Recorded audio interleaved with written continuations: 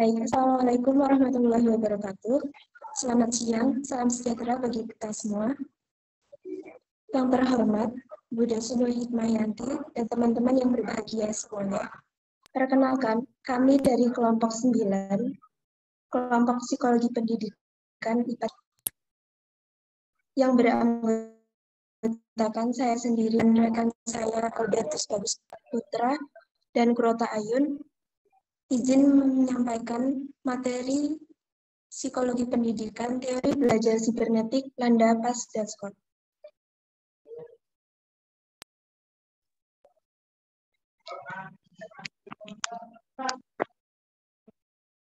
Teori Belajar Sibernetik, Landa, Pas, dan Scott.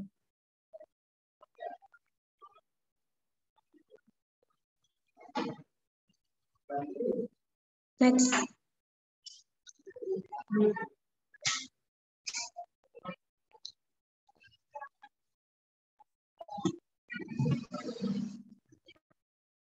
Teori belajar sibernetik.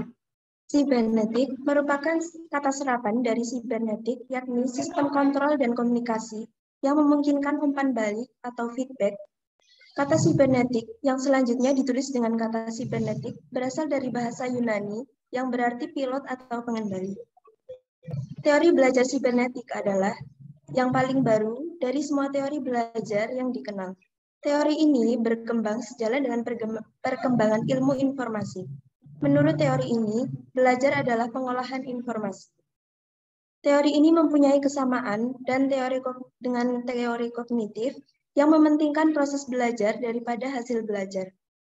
Teori sibernetik berpusat pada sistem informasi selain pada prosesnya. Bagaimana proses akan berlangsung ditentukan oleh sistem informasi yang dipelajari.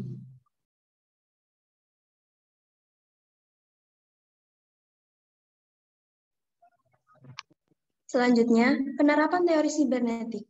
Yang pertama, menentukan tujuan instruksional. Yang kedua, menentukan materi pelajaran. Yang ketiga, mengkaji sistem informasi yang terkandung dalam materi yang akan disampaikan. Yang keempat, menentukan pendekatan belajar yang sesuai dengan informasi atau algoritmik atau heuristik. Yang kelima, menyusun materi dalam urutan yang sesuai dengan sistem informasinya. Yang keenam, menyajikan materi dan membimbing peserta didik belajar dengan pola sesuai dengan urutan pelajaran atau sistem informasi.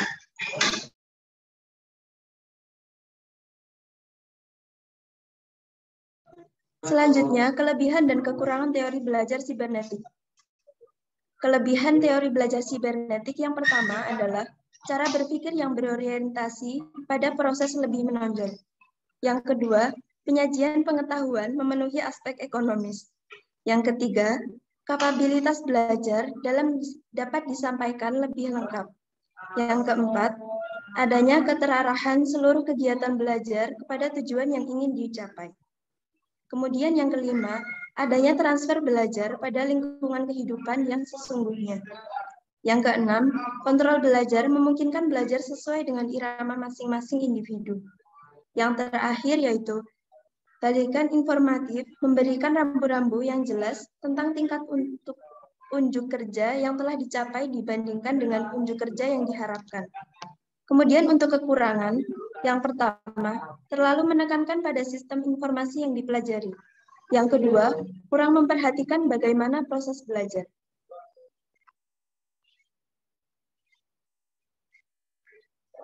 Untuk materi selanjutnya, teori pemrosesan informasi akan disampaikan oleh rekan saya Kurota Ayun.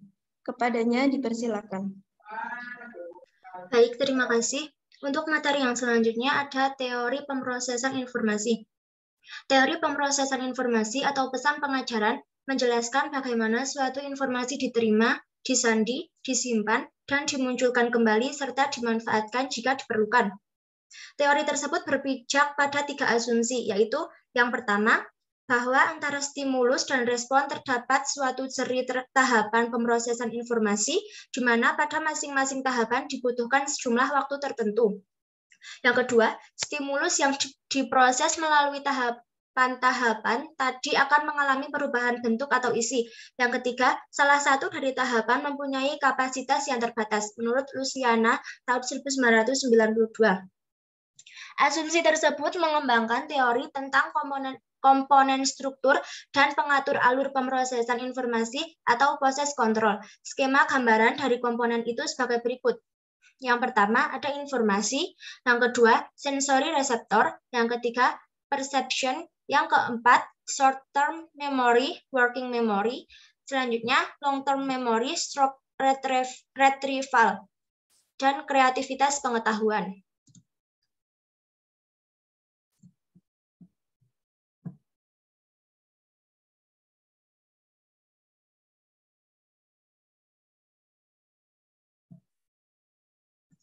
Yang C, teori belajar menurut Landa.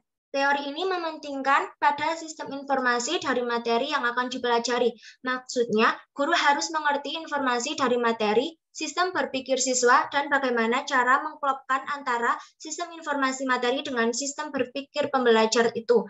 Menurut Landa, dalam Irawan 2001, 17-18, ada dua proses berpikir, yaitu yang pertama, proses berpikir algoritmik, merupakan proses berpikir sistematis, tahap demi tahap, linear, teratur, sekuensial, konvergen, lurus menuju ke satu target tertentu. Yang kedua ada proses berpikir heuristik. Proses berpikir heuristik merupakan cara berpikir divergen, menyebar menuju ke beberapa target sekaligus. Selanjutnya untuk materi selanjutnya akan disampaikan oleh rekan saya Albertus. Siap, terima kasih Mbak atas kesempatannya. Mohon maaf izin off-cam karena jaringannya kurang memadai. Selanjutnya ialah teori belajar menurut Pass and Scott. Cara berpikir menurut Pass and Scott ada dua macam. Cara berpikir serialis dan cara berpikir menyerulu atau Woolis.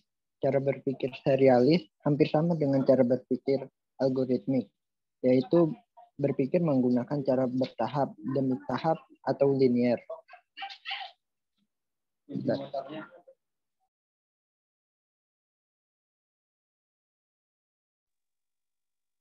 Oke, selanjutnya cara berpikir menyeluruh atau Woolis ialah cara belajar cenderung melompat ke depan langsung ke gambaran lengkap sebuah sistem informasi atau cenderung mempelajari sesuatu dari tahap yang paling umum, kemudian bergerak ke arah yang lebih khusus. Teori sibernetik kurang memperhatikan bagaimana proses belajar berlangsung, tetapi menekankan pada sistem informasi yang akan dipelajari sehingga dianggap sulit dipraktekkan. Menurut Sukiyati dan Prasetya Irawan tahun 2001, baik diterapkan dengan langkah sebagai berikut. 1. Menentukan tujuan-tujuan pembelajaran. 2. Menentukan materi pembelajaran. 3. Mengkaji sistem informasi yang terkandung di dalam pembelajaran. 4. Menentukan pendekatan belajar yang sesuai dengan sistem informasi tersebut. Selanjutnya 5. Menyusun materi pembelajaran dalam urutan yang sesuai dengan sistem informasinya. Lalu yang ke-6, menyajikan materi dan membimbing siswa belajar dengan pola yang sesuai dengan urutan pembelajaran. Haryati tahun 2017.